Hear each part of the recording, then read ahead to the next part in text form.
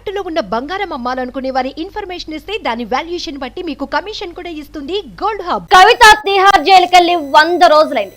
ED custody తీసుకొని ఆ తర్వాత జ్యుడిషియల్ కస్టడీ పేరుతో తిహార్ జైల్లో కవిత 100 రోజులు అవుతున్న తిహార్ జైల్లోనే ఉంది.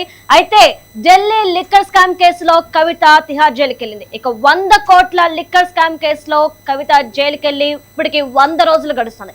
అయితే ఈ నేపథ్యంలో ఈ 100 రోజుల్లో కేటీఆర్ 3 సార్లు వెళ్లి కవితని కలిసి పరామర్శించి ధైర్యం చెప్పొచ్చారు. తర్వాత హరీష్ రావు కూడా ఒకసారి వెళ్లారు. ఇక అడపా బీఆర్ఎస్ నాయకులు కొంతమంది కవితని కలిసి మేము త్వరలోనే నిన్ను బయటకు తీసుకొస్తామంటూ చెప్పారు. కానీ 100 రోజులు గడుస్తున్నా కూడా కేసీఆర్ ఇప్పటి వరకు కవితని పరామర్శించలేదు. కవిత దగ్గరికి వెళ్ళి ఎలా ఉన్నావని అడిగిన మాట లేదు. ఈ నేపథ్యంలో కవిత ఎన్నిసార్లు ఎమోషనల్ గా లెటర్ రాసినప్పటికీ కూడాను కేసీఆర్ లో ఎలాంటి చలనం లేకపోవడం ఈ రోజు బీఆర్ఎస్ పార్టీ నాయకుల్లోనూ అలానే తెలంగాణలోనూ కూడా ఒక ప్రశ్నార్థకంగా మిగిలింది, ఒక చర్చనీయాంశంగా మారింది. అయితే బీఆర్ఎస్ పార్టీ నాయకులు కావచ్చు, కేటీఆర్ కావచ్చు, హరీష్ రావు కావచ్చు, కవితని ఏదో విధంగా బయటకు తీసుకురావాలని చెప్పేసి విశ్వ ప్రయత్నాలు చేస్తున్నప్పటికీ కూడాను వారి ప్రయత్నాలు సఫలీకృతం కావట్లేదు.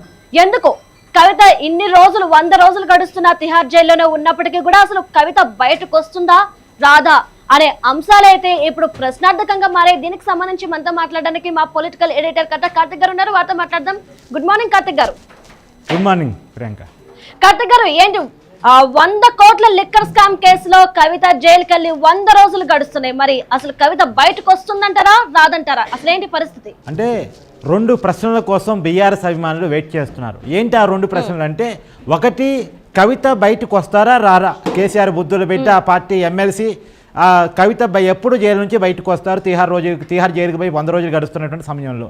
రెండో ప్రశ్న, అసలు బీఆర్ఎస్ పార్టీ ఉంటుందా, దుకాణం బంద్ అవుతుందా? అంటే ఒక్కొక్క ఎమ్మెల్యే ఆ పార్టీని విడిచి వెళ్తున్నటువంటి సమయంలో ఈ 2 ప్రశ్నల్లో బీఆర్ఎస్ అభిమానులు సమాధానాలు కావాలని అడుగుతున్నారు. సమాధానాలు దొరకట్లేదు. ఒకటి, మొదటి ప్రశ్నగా కవిత ఎప్పుడు బయటకు వచ్చే అవకాశం ఉంది అనేటువంటి విషయాన్ని కవిత అరెస్ట్ అవుతున్నప్పుడే నేను చెప్పాను. ఏంటి అంటే, కవితకు అంత ఈజీగా బెయిలు రాబోదు అని చెప్పాను. ఎందుకు అంటే 2 కారణాలు. ఒకటి టెక్నికల్ కారణాలు, 2 రాజకీయ కారణాలు. టెక్నికల్ కారణాలు ఇచ్చా కవితకు బెయిల్ వచ్చే అవకాశం లేదు. టెక్నికల్ కారణాలు ఇచ్చే 5 అంశాలు ఉపయోగపడితే కవితకు బెయిల్ వస్తుంది. మొదటి అంశం, నేరం తీవ్రత ఎంత, నేరంలో కవిత పాత్ర ఎంత, బయటకు వస్తే సాక్షుని ప్రభావితం చేస్తారా, సాక్ష్యాధారం ధ్వంసం చేస్తారా, తర్వాత బయటకు వస్తే విదేశాలకు పారిపోతారా? ఈ 5 అంశాలను చూసి బెయిల్ ఇవ్వాలా వద్దా అని డిసైడ్ చేసుకుంటారు. కవితకి ఈ 5 అంశాలు 4 అంశాలు నెగిటివ్గా ఉన్నాయి. మొదటి అంశం, నేరం చాలా పెద్దది, తీవ్రమైనటువంటిది. రెండోది, ఈ నేరంలో కవిత పాత్ర చాలా కీలకమైంది. 3, సాక్షులను ధ్వంసం చేస్తుంది, సాక్ష్యాధారం ధ్వంసం చేస్తుంది, సాక్షిని ప్రభావితం చేస్తుంది. అంటే సాక్షులను బెదిరించిన సందర్భాలు ఉన్నాయి. తర్వాత సాక్ష్యాధారం మొబైల్ ఫోన్లను ధ్వంసం చేసిన సందర్భాలు ఉన్నాయి. కాబట్టి ఖచ్చితంగా ఈ 4 అంశాలు కవితకి నెగిటివ్గా ఉన్నాయి. కాబట్టి బెయిల్ వచ్చే అవకాశం లేదు. టెక్నికల్ రీజన్ ఇచ్చా. ఇంకో విషయం కూడా చెప్పాలి. ఇదే కేసులో కవిత కంటే ముందే జైలుకి వెళ్ళిన ఢిల్లీ డిప్యూటీ సీఎం మనీష్ సిసోడియా 1.5 సంవత్సరాలకు పైగా జైల్లోనే గడుపుతున్నారు. ఇంతవరకు బెయిల్ రావట్లేదు. ఇప్పటికి 18 నెలలు గడిచిపోయే 19వ నెల నడుస్తుంది. ఇప్పటివరకు అతనికి బెయిల్ రాలేదు. సో అతనికి బెయిల్ రాలేదు కాబట్టి ఆటోమేటిక్గా కవితకు కూడా బెయిల్ వచ్చే అవకాశం లేదని మనకు క్లియర్గా అర్థమవుతుంది. సో మార్చి 25వ తారీఖు సాయంత్రం 5:20 ఈడీ డైరెక్టర్గా ఉన్నటువంటి భానుప్రియ మీరా డైరెక్ట్గా వచ్చి కవితను అరెస్ట్ చేయడం జరిగింది. ఆ రోజు కేటీఆర్ అరెస్ట్ను అడ్డుకునే ప్రయత్నం చేశాడు. కేటీఆర్ మీద కూడా కేసు నమోదైంది. తర్వాత కవితను తీసుకుపోయిన తర్వాత ఢిల్లీలో మార్చి 26వ తారీఖు 11 గంటలకి జడ్జి గారి ముందు రౌజ్ అవెన్యూ కోర్టులో హాజరుపరచడం జరిగింది. తర్వాత 10 రోజులకి 2 దఫాలుగా ఈడీ కస్టడీకి ఆ రోజు కోర్టు ఇవ్వడం జరిగింది. ఆ 10 రోజుల కస్టడీ తర్వాత కవితను తిహార్ జైలుకి జ్యుడిషియల్ కస్టడీ మేరకు తరలించడం జరిగింది. తర్వాత కాలంలో సిబిఐ కూడా కేసు నమోదు చేయడం జరిగింది.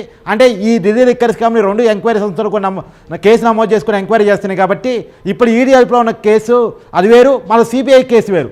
సిబిఐ కూడా తన అరెస్టును చూపించేసి కవితని అదుపులో తీసుకొని విచారణ చేసేసి ఈడీ ప్రత్యేకించి కోర్టు పర్మిషన్ తోటి కస్టడీ కూడా తీసుకొని విచారించడం జరిగింది.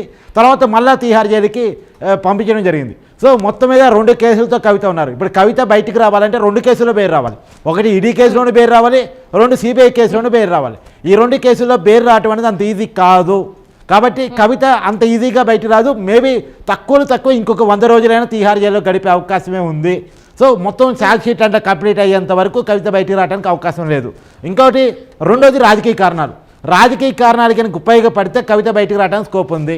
ఆ రాజకీయ కారణాలు ఏంటి? బీజేపీతో రాజకీయ సంబంధాలు బాగుండాలి. మొన్న పార్లమెంట్ ఎలక్షన్లో బీజేపీతో పొత్తు కోసం బీఆర్ఎస్ చాలా ప్రయత్నం చేసింది, కానీ బీజేపీ ఒప్పుకోలేదు. అయినప్పటికీ కూడా బీజేపీని గెలిపించడానికి లోపాయికార ఒప్పందం చేసుకుంది, బీజేపీ కోర్టు లేపించింది బీఆర్ఎస్ ఓట్లన్నీ కూడా. సో బీఆర్ఎస్కి వచ్చినటువంటి రిజల్ట్ కూడా మనకి దానికి ఉదాహరణగా కనపడుతుంది. బీఆర్ఎస్ ఎక్కడా గెలవలేదు, బీజేపీ మాత్రం 8 స్థానాల్లో గెలవగలిగింది. బీఆర్ఎస్ ఓటు బ్యాంకు బాగా తగ్గింది, కాంగ్రెస్ ఓటు బ్యాంకు అసెంబ్లీ ఎలక్షన్స్లో ఎలా వచ్చిందో పార్లమెంట్ ఎలక్షన్స్లో కూడా అలా వచ్చింది.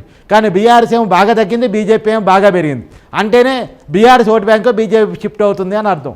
కానీ బీఆర్ఎస్కి ఇవాళ ఎలాంటి పార్లమెంటు స్థానాలు లేవు కాబట్టి బీఆర్ఎస్ కాలబేరానికి వచ్చినా, పొత్తు కోసం వెంపల్లాడినా, ఇంకే రకమైనటువంటి రాజకీయ వెంపల్లాట చేసినా బీజేపీ ఒప్పుకుంటుంది అని చెప్పేసి మనం అనుకోలేము. సో కేంద్రంలో రాజకీయ సహకారం ఉంటే సహజంగా ఈడీ సిబిఐ సంస్థలు కేంద్రంలో అధికారులు ఉన్న పార్టీకి ప్రభుత్వానికి కొంత రిపోర్టింగ్గా ఉంటాయి కాబట్టి ఆ మేరకు కేసును ప్రభావితం చేసుకొని బెయిల్ తెచ్చుకునే అవకాశం ఉంటుంది. ఇప్పుడు ఒక రెండు విషయాలు, మరొక విషయం ఏంటి అంటే ఇటు ఏదైతే కవిత ఢిల్లీ లిక్కర్ స్కామ్ కేసులో జైలుకి వెళ్ళిందో ఆ క్షణం నుండి కూడా బీఆర్ఎస్ పార్టీ భూస్థాపితం అయిపోతున్న పరిస్థితి మనం చూస్తూనే ఉన్నాం. ఇదొక ఎత్తు అయితే మరొక ఎత్తు వచ్చేసి కేసీఆర్ ఫ్యామిలీ కేసుల మీద కేసులను ఎదుర్కోవాల్సి వస్తుంది. ఇప్పుడు కవిత ఆల్రెడీ జైలుకి వెళ్ళింది, ఇప్పుడు కేటీఆర్ కేసీఆర్ కూడాను త్వరలోనే జైలుకి వెళ్లే అవకాశాలు ఉన్నాయంటూ కూడా కొన్ని వార్తలు అయితే వస్తున్నాయి. అంటే దీని అర్థం ఏంటి? ఎప్పుడూ లేని విధంగా కేసీఆర్ కుటుంబం ఇటు బీఆర్ఎస్ పార్టీ కూడా సంక్షోభాన్ని, ఎన్నడూ ఎరగని సంక్షోభాన్ని ఎదుర్కోవాల్సి వస్తుందంటారా? ఎస్, మీరు అడిగిందంటే ఒకటి తప్పు, రెండోది రైట్. ఏంటి, కవిత అరెస్ట్ తర్వాత బీఆర్ఎస్ సంక్షేమానికి పోవటం కాదు. కవిత అరెస్ట్ కంటే ముందే కూడా బీఆర్ఎస్ సంక్షేమంలో పోయింది, కేసీఆర్ కుటుంబం సంక్షేమంలో పోయింది. అలా బీఆర్ఎస్ ఎప్పుడైతే తన ఓటమిని ఎదుర్కొందో, ఎప్పుడైతే మొన్న జరిగినట్టు 2023 డిసెంబర్లో జరిగినటువంటి తెలంగాణ ఎలక్షన్స్లో బీఆర్ఎస్ పార్టీ తన అధికారాన్ని కోల్పోయిందో ఆ రోజు నుంచి కూడా బీఆర్ఎస్ చాలా ఇబ్బందులు ఎదుర్కొంటూ ఉంది. ఆ ఇబ్బందుల్లో కవిత అరెస్ట్ కూడా ఒకటి. సో బీఆర్ఎస్ ఖచ్చితంగా ఒకవైపు పార్టీ వైపుగా, రెండోది కేసీఆర్ కుటుంబం వైపుగా ఎప్పుడూ లేని సంక్షోభాన్ని ఎదుర్కొంటూ ఉంది. గత 10 సంవత్సరాలు వరుసగా అధికారాన్ని అనుభవించినటువంటి కేసీఆర్ కుటుంబం కానీ బీఆర్ఎస్ పార్టీ కానీ ఆ ఎన్నడూ లేని ఒక పెద్ద సంక్షోభాన్ని ఏనాడు కేసీఆర్ తన రాజకీయ జీవితంలో చూడని, కని విని ఎరగని సంక్షోభాన్ని ఇవాళ పార్టీగా కుటుంబంగా ఎదుర్కొంటూ ఉన్నారని చెప్పాలి. ఒకటి, కవిత తన ముద్దుల కూతురు, ఆ పార్టీ మాజీ ఎంపీ, ఇప్పుడు ఎమ్మెల్సీగా కూడా ఉన్నారు. ఆమె ఎప్పుడు బయటకు వస్తుందో తెలియని ఒక బాధ. రెండోది, పార్టీలో ఎమ్మెల్యేని కాపాడుకోలేని పరిస్థితి. ఆ పార్టీకి 39 మంది ఎమ్మెల్యేలు అసెంబ్లీ ఎలక్షన్లో గెలిస్తే తర్వాత ఒక ఎమ్మెల్యే కంటోన్మెంట్కి సంబంధించిన ఎమ్మెల్యే రాజశేఖరంతా యాక్సిడెంట్లో చనిపోతే అక్కడ బై ఎలక్షన్ వస్తే అక్కడ బీఆర్ఎస్ పార్టీ ఓడిపోయి కాంగ్రెస్ పార్టీ గెలిచింది. ఆ పార్టీకి అఫీషియల్గా 38 మంది ఎమ్మెల్యేలు ఉన్నారు. 38 మంది ఎమ్మెల్యేల్లో కడియం శ్రీహరి, దానం నాగేందర్ ఎన్నికల కంటే ముందే కాంగ్రెస్ పార్టీ కండువా కప్పుకున్నారు. అలానే భద్రాచలం ఎమ్మెల్యే తెల్లం బాబురావు కూడా పార్టీ కండువా, కాంగ్రెస్ పార్టీ కండువా కప్పుకున్నారు. అంటే 3 ఎమ్మెల్యేలు ఎన్నికల కంటే ముందే వెళ్ళిపోయారు. ఎన్నికల తర్వాత కూడా పోచారం శ్రీనివాసరెడ్డి బాన్సువాడికి సంబంధించిన ఎమ్మెల్యే, తర్వాత కరీంనగర్ జిల్లాకు సంబంధించినటువంటి ఇంకొక బీఆర్ఎస్ ఎమ్మెల్యే కూడా ఇవాళ పార్టీ మారుతున్న పరిస్థితి. మొత్తం 5 ఎమ్మెల్యేలు ఇప్పటికి పార్టీ అఫీషియల్గా మారారు. అంటే 38లో 5 తీసేస్తే 33 మంది ఆ పార్టీకి ఎమ్మెల్యేలుగా మిగిలారు. 33 మందిలో కూడా ఉప్పల్ ఎమ్మెల్యే రేపం మాపు అన్నట్టున్నారు. తర్వాత ఇంకా దాదాపు 25 మంది ఎమ్మెల్యేలు కాంగ్రెస్ పార్టీ టచ్లో ఉన్నారని సమాచారం. సో ప్రతిపక్ష హోదా కూడా, ఇవాళ ఏదైతే హోదా ప్రతిపక్ష హోదా ఉందో ఆ హోదా కూడా బీఆర్ఎస్ కోల్పోతుందా అనుకునే పరిస్థితిలో బీఆర్ఎస్ పార్టీ పడింది. కాబట్టి ఈ పరిస్థితి నుంచి బీఆర్ఎస్ పార్టీ మళ్ళా, ఎందుకంటే ఒకటి, మన పార్లమెంట్ ఎలక్షన్స్లో ప్రజలు తిరస్కరించారు. పార్లమెంట్ ఎలక్షన్ తర్వాత ఆ పార్టీలోని ఎమ్మెల్యేలు ఆ పార్టీని తిరస్కరిస్తున్నారు. దీనికి పరిష్కారం ఎత్తుకొని ఆ పార్టీ బాగుపడుతుందా లేదా, ఆ కుటుంబం మన మెరుగవుతుందా లేదా అనే ఒక పెద్ద సంశయం బీఆర్ఎస్ అభిమానులు అయితే ఉన్నమాట వాస్తవం. ఇంకోటి ఏంటంటే విద్యుత్కు సంబంధించినటువంటి స్కామ్లో కానీ, తర్వాత కాళేశ్వరం ప్రాజెక్టుకి సంబంధించిన స్కామ్లో కానీ, లేదు అంటే ఫోన్ ట్యాపింగ్ సంబంధించినటువంటి కేసుల్లో కానీ కేసీఆర్ మరియు కేటీఆర్ కూడా జైలుకు పోతారని చర్చ నడుస్తున్న సమయంలో ఆ కుటుంబం ఏ రకంగా ముందుకెళ్లే అవకాశం ఉంది, ఈ సంక్షోభాన్ని ఎలా ఎదుర్కొంటుంది అనేది మాత్రం చూడాల్సిన పరిస్థితి. కార్తిక్ గారు, మరైతే కేసీఆర్ విషయానికి వచ్చేసేపాటికి ఆయన ఒక ఉద్యమకారుడు, అలానే బయటకు వచ్చి సొంత పార్టీని పెట్టి తెలంగాణ సాధించి 10 ఏళ్ల పాటు పరిపాలన సాగించిన కేసీఆర్ కావచ్చు, అలానే కేటీఆర్ కావచ్చు, వీరు ఈ కేసుల్ని ఎదుర్కోగల ధైర్యం ఉంది అంటారా? ఎదుర్కొని బీఆర్ఎస్ పార్టీని నిలబెట్టుకునే సత్తా ఉంది అంటారా? అంటే గతంలో అంటే తెలంగాణ ఉద్యమంలో అనేక కేసులు ఎదుర్కొన్నామని చెప్తున్నప్పటికీ కూడా తెలంగాణ ఉద్యమంలో కేసులు ఎదుర్కొని నిలబడ్డటువంటి కార్యకర్తలుగా, నాయకులు కానీ కేసీఆర్ కుటుంబానికి అలా అండగా దండగా లేరు. కేసీఆర్ అధికారంలోకి వచ్చిన తర్వాత వాళ్ళని మర్చిపోయారు.